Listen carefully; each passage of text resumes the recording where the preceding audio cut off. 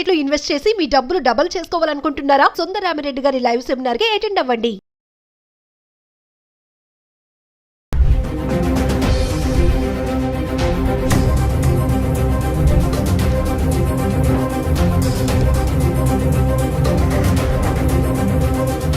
Hello viewers, welcome back to Suman TV. ప్రస్తుతం మనతో పాటు ఉన్నారు 20 years నుంచి అమెరికాలో ఉంటున్నటువంటి MNC ఎగ్జిక్యూటివ్ వీరభద్ర సార్ గారు. సార్తో మాట్లాడదాం.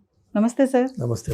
సార్, మన పిల్లలు చదవడానికి అమెరికా వెళ్ళి అక్కడ ఎందుకు చాకరీ చేస్తున్నారు అంటే, సార్ మీరు అక్కడ ఉంటున్నారు కాబట్టి మీరు అక్కడ సిచ్యువేషన్స్ చూస్తూ ఉంటారు.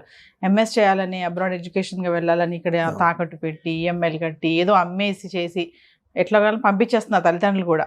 అక్కడికి వెళ్ళిన మన పిల్లలు మరి ఎందుకు ఇలాంటి చిన్న చిన్న దాంట్లో ఇంక చాకరీ అనే అనుకోవాలా అంటారా? అంటే ఏం చెప్తారు సార్ ఒకసారి? నేను చెప్పేది మీ వ్యూవర్స్కి అంత నచ్చకపోవచ్చు, బట్ ఇది ఒక క్రూడ్ అనాలిసిస్. ఇది అందరికీ వర్తిస్తుందంటే మేబీ నాట్. బాగా ఆస్తిమంతులు, ఆస్తిపరులు, స్థితిమంతులకి ఇది వర్తించకపోవచ్చు, బట్ వాళ్ళు కూడా ఈ విషయాన్ని అక్కడ అబ్జర్వ్ చేస్తుంటారు. ఏంటి అంటే, చాలా మటుకు మన పిల్లలు అమెరికాకి ఐవీ లీగ్ లాంటి టాప్ లెవెల్ స్కూల్స్కి అప్లై చేసి వచ్చేటటువంటి జీనియసెస్ తక్కువ ఉన్నారు. కొంతమంది లేరని కాదు, అలా డైరెక్ట్ అందులో అడ్మిషన్స్ సంపాదించి వచ్చిన వాళ్ళు ఉన్నారు. వాళ్ళు దానికి తగ్గ ఫైనాన్షియల్ ప్రిపరేషన్ తోటి వస్తారు, రావాలి. అవి బాగా ఎక్స్పెన్సివ్. అవి $80,000 $80,000 పర్ ఇయర్ ఆర్ $100,000 వేసుకోండి పర్ ఇయర్ మినిమం ఎక్స్పెండిచర్ ఉంటుంది. 2 ఏళ్ళు మీకు మాస్టర్స్ చేస్తే $200,000. దానికి స్తోమత ఉంటే, మీకు చదువు ఉంది, తెలివి ఉంది, ఆ కాలేజ్లో మీకు అడ్మిషన్ వచ్చింది, మీకు స్తోమత ఉంది, రండి. వాళ్ళు వస్తారు, చదువుకుంటారు, they get place really well. తర్వాత మంచి ఉద్యోగాలు వస్తాయి వాళ్ళకి, and they really enjoy high class life. ఇక నెక్స్ట్ లెవెల్లో majority of our Indian students, ఇది జరగడానికి చాకరీలు జరగడానికి కారణం ఏంటంటే, majority of our Indian students, మనము we are predominantly a lower middle class society, Indian society.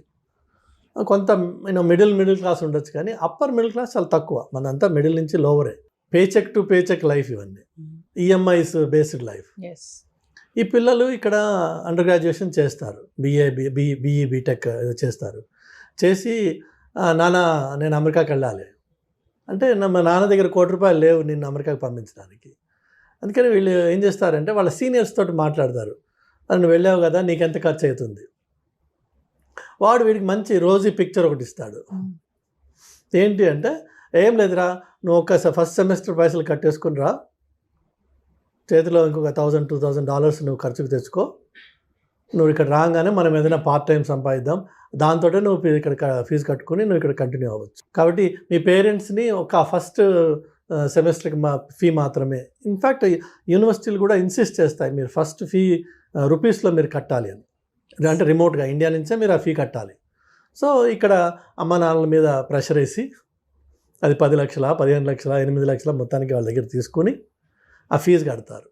వెళ్ళేటప్పుడు $2,000-3,000 ఖర్చు కోసం, ఇనిషియల్గా ల్యాండ్ అవ్వగానే అవసరాలు ఉంటాయి కదా, అది తీసుకుని వెళ్తారు. ఇది వెళ్ళిన వెంటనే ఈ లోపే ఇక్కడి నుంచి వాళ్ళ సీనియర్స్తో మాట్లాడుకుని ఉంటారు కదా, అన్నా నేను వస్తున్నా, నాకు ఇది కావాలి అంటే వాడైతే చెప్తాడు. అలానే వీళ్ళు వెళ్ళంగానే వీళ్ళ ప్రైమరీ ఫోకస్ ఏంటంటే, ఆ యూనివర్సిటీకి వెళ్ళి అక్కడ చదువుకోవాలా, క్లాసెస్ ఎక్కడున్నాయి, రూమ్స్ ఎక్కడున్నాయి, లైబ్రరీ ఎక్కడ ఉంది, ప్రొఫెసర్స్ ఎవరు, TS ఎవరు, ఇది ఫోకస్ కాదు. వీళ్ళ ఫస్ట్ ఫోకస్ ఏంటంటే, ఇమ్మీడియట్గా నేను ఒక part time job, it's not a job, so part time work నేను సంపాదించాలి. ఎందుకంటే నెల తిరగకుండా నాకు ఖర్చులు మొదలైపోతాయి. నాన్నకేమో నేను 10 లక్షలు ఫస్ట్ సీడ్ క్యాపిటల్ ఇవ్వు చాలు, తర్వాత ఏం అక్కర్లేదని చెప్పొచ్చాను. కాబట్టి ప్రైమరీ మోటివేషన్ డబ్బు సంపాదించడం మీద పడుతుంది. ఆ డబ్బు సంపాదించడానికి వీళ్ళకి ఉద్యోగాలు రావు అక్కడ. They are not eligible to receive a payment by cheque from anybody. That is unemployment అనే జాబ్. వాళ్ళకి ఇచ్చేది ఏంటి, ఆడ్ జాబ్స్ దొరుకుతాయి.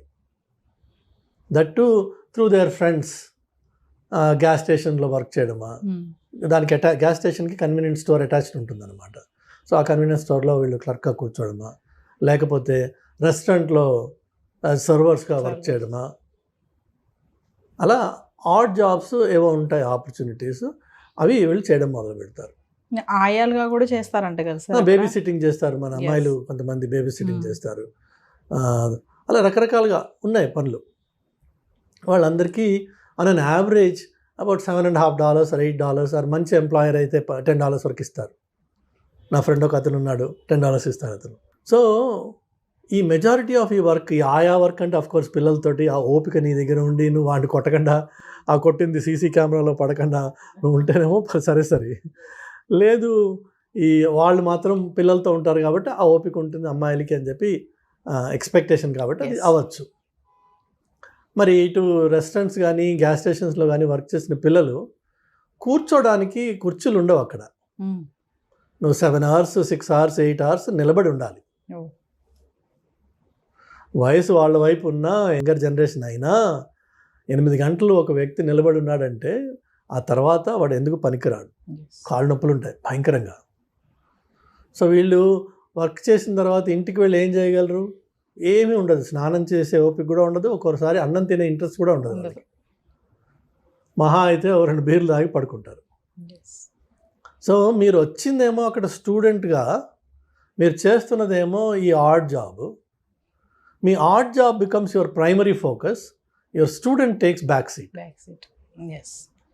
ఏదో వీక్లీ అసైన్మెంట్స్ ఏదైనా పెడితే అందులో ఇవాళ రేపు ఈ కోవిడ్ టైం తర్వాత కొన్ని కాలేజెస్ ఏం చేసేసాయంటే, మీకున్న 5 సబ్జెక్ట్స్లోంచి ఒక సబ్జెక్ట్కి మాత్రము వారంలో ఒక్కసారి కాలేజీకి రావాలి, మిగిలినవన్నీ మీరు రిమోట్గా ఆన్లైన్లో చూసుకోవచ్చు అని చెప్పి కొన్ని ఉన్నాయి ఫెసిలిటీస్.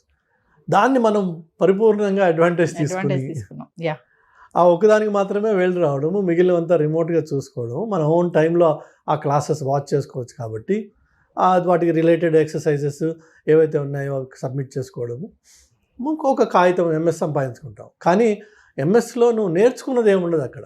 ఎందుకంటే నీ ప్రైమరీ ఫోకస్ అంతా కష్టపడడంతో సరిపోయింది, ఆ కష్టపడిన తర్వాత వచ్చిన నీరసంతో సరిపోయింది, ఆ నీరసం తర్వాత పడుకున్న దాంతో సరిపోయింది. నీకు చదువుకునే టైం ఎక్కడుంది?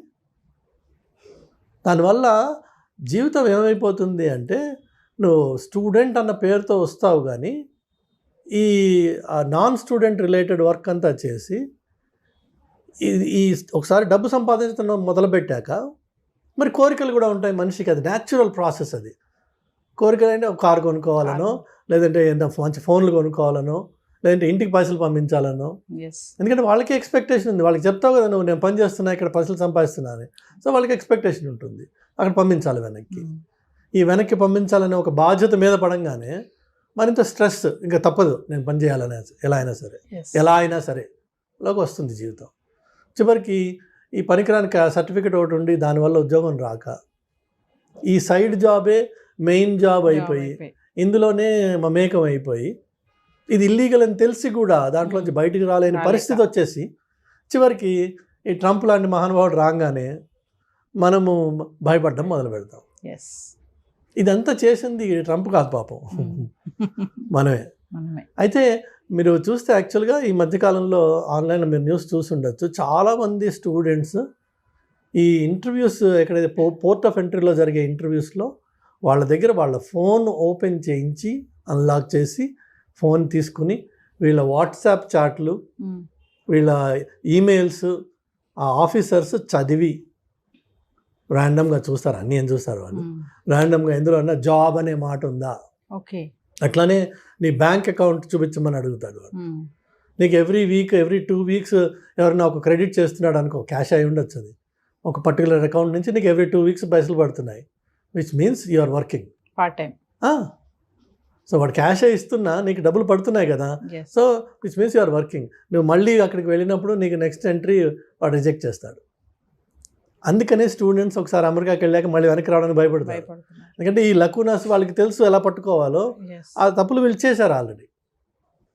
అదర్వైజ్ నువ్వు స్టూడెంట్వి రాయల్గా వెళ్ళి రాయల్గా రా, నీ దగ్గర I-20 ఉంది, వీసా ఉంది, అక్కడ ఉన్నావు నువ్వు 6 నెలలు సంవత్సరము వెళ్ళు రా నువ్వు. కానీ రారు మన వాళ్ళు, ఎందుకంటే మనం చేసిన తప్పు ఆ దొంగ మనలో ఉన్నాడు, వాడు పట్టుకోవడానికి అక్కడ రెడీగా ఉన్నాడు. ఇందుకే కష్టాలు.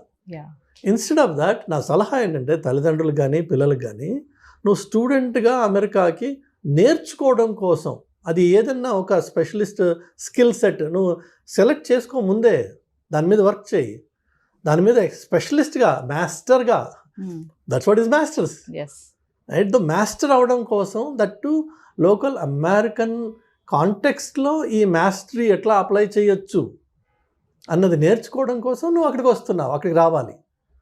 అంతేగాని అమెరికాలో ఉంటూ నీ నిత్యం జీవితం, నీ ఆలోచన, నీ పనులు, నీ పద్ధతులు అన్నీ ఇండియన్గానే ఉన్నాయి, ఇండియన్ ఓరియంటెడ్గానే ఉన్నాయి. సినిమాలు చూడడం, షికార్లు చూడడం, అన్నా తంబి ఏమని వీళ్ళతోటి తిరగడం, ఇవే ఉంటే నువ్వు అమెరికాలో ఉండి చేసిందేం లేదు.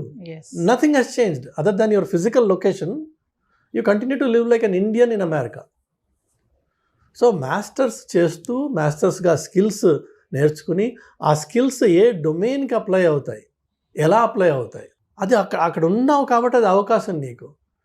For simple example, silly example ఏంటంటే ఇక్కడ మీకు పెట్రోల్ ధర 118 రూపాయల 50 పైసలు అలా ఉంటుంది. అక్కడ మీకు 118 రూపాయల 5005 4 డిజిట్స్ ఉంటుంది, డెసిమల్ తర్వాత 4 డెసిమల్స్ ఉంటుంది. సో ఎందుకు అట్లా? Have you ever asked anybody? So నీ 4th లెవెల్ యాక్యురసీకి వెళ్ళాలి అని చెప్పి ఆ పర్టికులర్ ఫీల్డ్లో ఉంది. In another field maybe no. ఇప్పుడు insurance premiums are always rounded off, there is no pennies anywhere, it's always to the dollar. ఎందుకట్లా? సో మీకు ఈచ్ డొమైన్లో నువ్వు అక్కడ లోకల్గా ఉన్నప్పుడు నలుగురితో మాట్లాడి అడిగి నేర్చుకుని నీ టెక్నికల్ స్కిల్ని ఆ డొమైన్కి అప్లై చేసే అవకాశం ఉంది. అది నీ మాస్టరీ అంటే, అది నువ్వు మాస్టర్స్ చేయడం అంటే. అంతేగాని అక్కడికి వచ్చేసి ఈ సైడ్ కిక్ని మెయిన్ కిక్ చేసుకుని అసలు నీ మెయిన్ ఫోర్స్ని పక్కన పెట్టేటప్పటికి 2 ఏళ్ల తర్వాత అన్ని కష్టాలు మొదలవుతాయి. నీ చేతకానితనంతో నీకు ఉద్యోగం రాదు కాబట్టి నువ్వు మార్కెట్ని బ్లేమ్ చేస్తావు. ఆ బ్లేమ్ మీద నువ్వు పేరెంట్స్కి చెప్పుకుంటావు, నాన్న రావట్లేదు, అమ్మ రావట్లేదు, అమెరికా నాశనం అయిపోయింది, ట్రంప్ వచ్చి ఇది చేశాడు. పాపం ఆయన ఏం చేయలేదు ఇంకా. ట్రంప్ ఆయన వేరే బిజీలో ఆయన ఉన్నాడు, ఇంకా దీని మీద ఫోకస్ చేయలేదు. బట్ పిల్లలు దయచేసి, అలాగే తల్లిదండ్రులు కూడా, వీళ్ళది తప్పు. పేరెంట్స్ కూడా చాలా మంది సార్, ఇప్పుడు అంటే మీరు అన్నారు కదా, ఇప్పుడు పేరెంట్స్ కూడా చాలా మంది ఏంటంటే, ఇగో పంపిస్తున్నాను అక్కడికి వెళ్ళి నువ్వు ఏదైనా జాబ్ చూసుకొని నీది నువ్వు కట్టుకోవాలి అని చెప్పేసి ఇప్పుడు ఎడ్యుకేషన్ లోన్ తీసుకుంటున్నాము. కమింగ్ టు ఎడ్యుకేషన్ లోన్, ఆ ఎడ్యుకేషన్ లో నువ్వే కట్టుకోవాలి, అక్కడ ఏం చేస్తావో మాది తెలియదు, జాబ్ ఎత్తుక్కో, ఫస్ట్ జాబ్ ఎత్తుక్కో, ఇది ముందు చెప్తారు పేరెంట్స్ కూడా. కొంతమంది ఉన్నారు, అందరూ కాదు, ఖచ్చితంగా నువ్వు జాబ్ ఎత్తుకోవాలి, జాబ్ చేసుకుంటూ నువ్వు చదువుకోవాలి.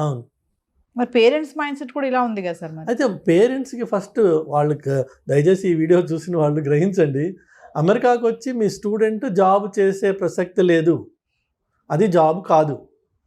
మీరు ప్రత్యేకంగా వాడికి లక్షలు ఖర్చు పెట్టి మీరు వాడిని ఎక్కడికి పంపిస్తున్నారంటే కూలి పనికి పంపిస్తున్నారు. చక్కగా గారాభంగా పెంచుకున్న కొడుకునో కూతురునో మీరు కూలి పని కోసం అని చెప్పి అమెరికాకి లక్షలు ఖర్చు పెట్టి ఆ కూలి పని చేసుకుని నువ్వు చదువుకో అని చెప్పి పంపిస్తున్నాను. ఇన్నాళ్ళు ఇంట్లో కనీసం ఇటు గిన్నె తీసి అటుపక్క పెట్టని పిల్ల కూడా అక్కడికి వెళ్ళి బేబీ సిట్టింగ్ చేస్తుంది. బేబీ సిట్టింగ్ అంటే ఏదో ఉత్తనే ముద్దు పెట్టి ఆడుకుంటే సరిపోలా, అన్ని పనులు చేయాలి. డైపర్ మార్చడం నుంచి వాడికి పాలు పెట్టడం వరకు. కొంతమంది పిల్లలు కొద్దిగా పెరిగిన వాళ్ళు కొట్టించుకోవాలి, వాడు పిల్లడు, వాడు like a servant. You are like కాదు, you are a servant. So అది ఒకటి ఎత్తు. రెండోది వచ్చేసి మీరు ఆలోచించండి, ఒక స్టూడెంట్గా వెళ్ళిన పిల్లవాడు, స్టూడెంట్ లైఫ్ అయిపోయింది, మాస్టర్స్ మొత్తానికి ఏదో కాపీ కొట్టో వాడిని అడిగో వీడిని అడిగో కంప్లీట్ చేశాడు, వాడికి అసలు ఉద్యోగం రావట్లేదు, వాడికి కారు కొనుక్కునే హక్కు లేదు, వాడికి డ్రైవర్స్ లైసెన్స్ రాదు, వాడికి ఒక రియల్ లైఫ్ ఎంజాయ్ చేయాల్సిన అవకాశం దొరకదు. కానీ ఇండియాలో మాత్రం 25 లక్షలు 20 లక్షలు స్టూడెంట్ లోన్, ఎడ్యుకేషన్ లోన్ తీసుకుని వెళ్ళాడు, దాన్ని రీపే చేయాల్సిన బాధ్యత వాడి మీద ఉంది. కాబట్టి వాడు వెనక్కి రాలేడు. అలాంటి వాడి స్టేట్ ఆఫ్ మైండ్ ఆలోచించండి, వాడు ఎంత కష్టపడుతున్నాడో అక్కడ తీర్చాలి, పెట్టిన డెప్ట్స్ అన్ని క్లియర్ చేయాలి, ఏదో చేయాలి ఇక్కడ. నేను అది మగపిల్లవాడు, ఆడపిల్ల ఏం చేస్తుంది? నేను ఆ విషయాలు చెప్పదలుచుకోలేదు, కానీ పరిస్థితులు చాలా ఘోరంగా ఉన్నాయి వీళ్ళకి. దేశం కాని దేశంకి వెళ్ళి కమ్యూనికేషన్ స్కిల్స్ కూడా లేక అక్కడ కొన్ని పనులు చేయకూడదు. షాప్ లిఫ్టింగ్ చేసి పట్టుబడిన ఆడపిల్లలు ఉన్నారు, మీరు ఆన్లైన్లో చూడొచ్చు వీడియోస్. ఎందుకు చేశారు షాప్ లిఫ్టింగ్? ఏదో క్యాజువల్గా సరదా. అక్కడ ప్రతి షాప్లో మీకు కొన్ని వేల కెమెరాలు ఉంటాయి, మీకు కనిపించవు అవి. వాటికి లాస్ ప్రొటెక్షన్ ఆఫీసర్ అని ఒకడు ఉంటాడు, ఎల్పీపీనో ఎల్పీఓనో అంటారు. వాడికి ఒక సెపరేట్ రూమ్ ఉంటుంది, క్యాషియర్ వెనక, ఆ కస్టమర్ సర్వీస్ వెనక, వాడు ఎవరికి కనిపించడు. ఆ రూమ్లో వాడికి అన్ని మానిటర్స్ ఉంటాయి. అలానే ఇప్పుడు మీరు వేగస్కి వెళ్తే లక్షల్లో మీకు అక్కడ కెమెరాస్ ఉంటాయి. ఒక్కొక్క మనిషిని వాడికి అనుమానం వచ్చిందంటే వాళ్ళకి పిన్ చేస్తారు వాడిని. వాడి మొత్తం movement, every step will be tracked throughout the time. ఆ కెమెరాస్ ఒకదాని తర్వాత ఒకటి వాడిని పట్టుకుంటాయి. ఓకే. నీ బ్రీదింగ్, నీ చేతుల movement, everything they notice. So అదంత ఈజీ సొసైటీ కాదు అది. ఇక్కడి నుంచి అదేదో వెళ్ళిపోయి ఈ సీనియర్స్ ఏం చెప్తారు అక్కడ ముందు ఉన్న వాళ్ళు వీళ్ళకి, ఏం లేదురా మన హైదరాబాద్ లెక్కే ఉంటుంది వచ్చాయండి. ఏముంటుంది హైదరాబాద్ లెక్క? ఒకవేళ నిజంగా హైదరాబాద్ లెక్కే ఉందనుకుందాం, ఎందుకు వచ్చారా ఇక్కడికి నువ్వు? అసలు హైదరాబాద్లోనే ఉండొచ్చు కదా, అస్యూమింగ్. లేదు ఇది హైదరాబాద్ కాదు అమెరికా అనుకుందాం. మరి అమెరికా అన్నప్పుడు అక్కడ పద్ధతులు ఏంటి? ఇంటర్నేషనల్ డ్రైవర్స్ లైసెన్స్ తీసుకొచ్చి కొన్ని పనులు చేయొచ్చు, కొన్ని చేయకూడదు. అట్లా అది తీసుకొచ్చి లోకల్ కార్ రెంట్ చేసి అరెస్ట్ అయిపోయిన పిల్లలు ఉన్నారు. Because there is only limited validity for that. కానీ మనకేమో షాక్ ఉంది, కార్ రెంటల్ తీసుకుంటాము. లేన్ చేంజ్ చేయడం అనేది ఇండియాలో మనకు అసలు అలవాటే లేదు. ఇక్కడ లేన్ చేంజ్ అదే క్యాజువల్, లేన్ మనకి సంబంధం లేదు, డ్రైవ్ చేస్తుంటాం, లేన్ వస్తూ ఉంటాయి అక్కడ. అక్కడేమో లేన్ చేంజింగ్ ఒక డిసిప్లిన్ ఉంది, మనకి ఇక్కడ అలవాటు లేదు. నీ దగ్గర డ్రైవర్స్ లైసెన్స్ ఉంది కానీ నీకు రోడ్ రూల్స్ తెలియవు. తెలియనప్పుడు నువ్వు రోడ్ రూల్స్ తెలియకుండా ఆ రోడ్డు మీద డ్రైవ్ చేస్తే నువ్వు ఆటోమేటిక్గా you will be in trouble. First day second day కాకపోవచ్చు, థర్డ్ డే మేజర్ ట్రబుల్లోకి వెళ్ళచ్చు. ఆ ఒక్క తప్పు నీ జీవితాన్ని మొత్తం మార్చేస్తుంది ఒకసారి. ఎందుకంటే అమెరికాలో సార్ నేను స్టూడెంట్ని నన్ను వదిలేసేయండి అంటే వాడు వదలడు. నువ్వు క్రైమ్ చేసావు, you have to pay for it, plain and simple. Judge కూడా మిమ్మల్ని కొన్ని విషయాల్లో ప్రొటెక్ట్ చేయలేడు, బికాజ్ ఫెలనీ క్రైమ్స్ అని ఉంటాయి, వాటికి మినిమం పనిష్మెంట్ ఉంది. Judge has to give it between 5 to 15 అంటారు. So judge has to give minimum 5 కంటే తక్కువ ఇవ్వలేడు ఆయన, 15 కంటే ఎక్కువ ఇవ్వలేడు. బట్ లా అలా డిక్టేట్ చేసింది కాబట్టి judge also is bound by that. మనకి ఇక్కడ ఏదో మేనేజ్ చేద్దామన్నా, వాడికి ఫోన్ చేద్దామా, వీడికి ఫోన్ చేద్దామా, నీకు ఈ లైఫ్ నుంచి వచ్చి నువ్వు ఆ లైఫ్లో అది నేర్చుకోకుండా అక్కడ తప్పు చేసావు అనుకో, మైనర్ అమ్మాయిల్ని if you try to reach them through any means can put you behind bars for good. ఆ అమ్మాయి చూడడానికి 18-20 ఏళ్ళ అమ్మాయిలా ఉండొచ్చు, నీకు తెలియదు ఆ పిల్ల 13 అయి ఉంది. ఏమన్నా కెలికావు, లైఫ్ గాన్. అమెరికన్ జైల్లో 50% పైన వాళ్ళే ఉంటారు. 50% పైన అమెరికన్ జైల్లో ఇట్లా అది వాళ్ళ కన్సెంట్ ఏజ్. ఈ మైనర్స్ని సెక్షువల్గా అబ్యూస్ అటెంప్ట్ చేసిన వాడు ఇంకా అబ్యూస్ చేయకపోవచ్చు, అబ్యూస్ చేసిన వాడు ఉండొచ్చు, అటెంప్ట్ చేసిన వాడు కూడా will get punishment in jail. నీకు ఇవన్నీ తెలియవు అక్కడ. సో మనం వెళ్ళినప్పుడు ముక్కుసూటిగా స్టూడెంట్గా వెళ్ళాను, స్టూడెంట్గా ఉండాలి, స్టూడెంట్గా నేర్చుకోవాలి, ఈ కొత్త సొసైటీలో నేను బాగుపడాలి అనే ఉత్సాహంతో పిల్లలు వెళ్ళాలి. ఆ ఉత్సాహంతో 2 ఏళ్ల పాటు వాళ్ళ మీద వాళ్ళు పూర్తిగా ఇన్వెస్ట్ చేసి become a real master in something. అప్పుడు ఆ మాస్టర్స్ డిగ్రీకి అర్థం ఉంది, ఉత్తి కాగితం ముక్కకి అర్థం లేదు. ఫైనల్గా మా పేరెంట్స్కి ఏమైనా చెప్తారా సార్? పేరెంట్స్ దయచేసి మీ పిల్లల్ని పంపించదలుచుకుంటే మీకు ఫైనాన్షియల్ కేపబిలిటీ ఉంటే పంపించండి. అంటే 2 ఏళ్ల పాటు అతను కోర్స్ చేసేదానికి నువ్వు కంప్లీట్గా ఫైనాన్స్ చేయగలవా? 2 ఏళ్ల పాటు అతను లేక ఆమె హాస్టల్లో ఉండి కాలేజ్ క్యాంపస్లో ఉంటూ మంచి స్టూడెంట్గా ఒక లైబ్రరీలో మ్యాక్సిమం టైం స్పెండ్ చేస్తూ అవకాశం దొరికితే కాలేజ్ క్యాంపస్లోనే 20 hours అది అవకాశం దొరికితే, కండిషనల్ అది కాదు. దొరక్కపోయినా నేను నా పిల్లాన్ని ఫండ్ చేయగలను అంటే పంపించు. అంతేగాని ఈ నాకు ఫస్ట్ 10 లక్షలు 5 లక్షలు పెట్టు, నేను మిగిలిన అక్కడ చూసుకుంటాను అని వెళ్తే పిల్లలు విపరీతంగా కష్టపడతారు, మానసికంగా చాలా కష్టపడతారు, చెప్పుకోలేక కష్టపడతారు, విపరీతమైన ప్రెషర్స్ వాళ్ళకి. అనవసరంగా మనం తీసుకెళ్ళి వాళ్ళని ఒక నరకంలో తోసిన వాళ్ళం అవుతున్నాం. ఈ సిచ్యువేషన్ ఇంకా చెడుతుందే తప్ప అది ట్రంప్కి మీరు ఆపాదించవచ్చు. అన్ఫార్చునేట్గా పాపం ఆయన చేసింది ఏం లేదు ఇందులో. పాపం వల్ల వచ్చింది ఏంటంటే మన అప్రోచ్లో వచ్చిన పాపం ఇది. దానివల్ల ఈ సిచ్యువేషన్ ఇంకా చెడుతుంది. ఇప్పుడు ఒక ఊర్లో ఎన్ని రెస్టారెంట్స్ ఉంటాయమ్మా, ఎన్ని లక్షల మందికి వాళ్ళు ఉద్యోగాలు ఇవ్వగలరు? నీ ఫస్ట్ ఇయర్ స్టూడెంట్ ఉన్నాడు కదా అక్కడ, ఆల్రెడీ అక్కడ వర్క్ చేసిన వాడు, ఇప్పుడు కొత్తగా స్టూడెంట్ వచ్చాడు, అదే రెస్టారెంట్లో వాడికి ఏమి ఇస్తాడు? రెస్టారెంట్స్ అయితే పెరిగిపోవట్లేదుగా నీ స్టూడెంట్స్ లాగా, కానీ ప్రతి సంవత్సరం 10,000 మంది దిగుతున్నారు ఒక టౌన్లో. ఎంతమందికి వస్తాయి ఉద్యోగాలు? సో ఇందులో కొంతమందికి వస్తాయి, కొంతమంది రావు. రానివాడు ఏం చేయాలి మరి? ఇప్పుడు హీనంగా బతుకుతున్నారు మన పిల్లలు. దానికి తల్లిదండ్రులు సహకరించి వాళ్ళని పంపిస్తున్నారు అక్కడికి. దయచేసి పంపించకండి. మీ దగ్గర ఆర్థిక స్తోమత ఉంది, మీ పిల్లవాడికి అంత తెలివి ఉంది, వాడు మంచి స్టూడెంట్, ఇక్కడ చదువుకున్నాడు, వాడికి ఫోకస్ ఉంది, అక్కడికి వెళ్తే మరింత బాగుపడతాడు, నేను దాన్ని ఫండ్ చేయగలను, నా దగ్గర డబ్బులు ఉన్నాయి, ఇల్లు అమ్మైనా సరే నేను వాడిని పంపిస్తా, ఇదే నా ధ్యేయం, వండర్ఫుల్, చెయ్యి. అంతేగాని బిడ్డ నేను 20 లక్షలు తీసుకొచ్చా, నేను ఈ 20 లక్షలే నీకు తీసుకెళ్ళు, నువ్వేం చేసుకుంటావు చేసుకో, అక్కడ తర్వాత నుంచి నీదే లైఫ్ అని పంపించొద్దు. పంపిస్తే వాళ్ళు చాలా చాలా చాలా చాలా కష్టపడతారు, నరకానికి మీరు డోర్ ఓపెన్ చేసిన వాళ్ళు అవుతున్నారు. చేయకండి ప్లీజ్.